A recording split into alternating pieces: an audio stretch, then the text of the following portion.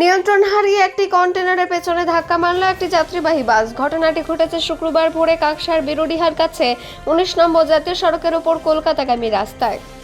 দুর্ঘটনায় গুরুতর আহত হয় প্রায় ৬ জন যাত্রী। দুর্ঘটনার খবর পেয়ে ঘটনাস্থলে কাকসা থানার পুলিশ পৌঁছে আহতদের উদ্ধার করে দুর্গাপুর মহকুমা হাসপাতালে নিয়ে যায়। সেখানে বাসের খালাসি মৃত্যু হয় বলে জানা গিয়েছে, বাকিরা হাসপাতালে চিকিৎসাধীন। দুর্ঘটনার জেরে ১৯ নম্বর জাতীয় সড়কের কলকাতাগামী রাস্তায় যান চলাচল ব্যাহত হয়।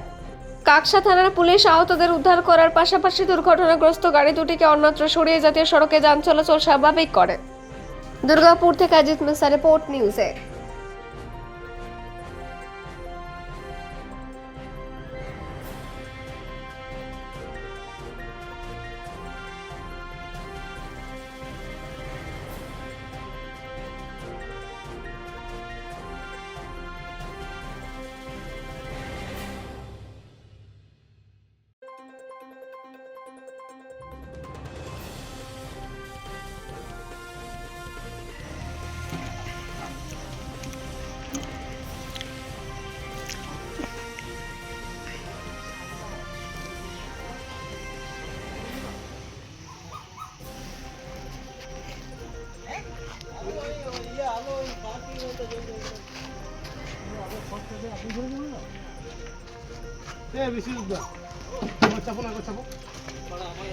চাপো, তোমার কিছু করতে দেখো, মাল নাই তো কি করবো, আমি চেপে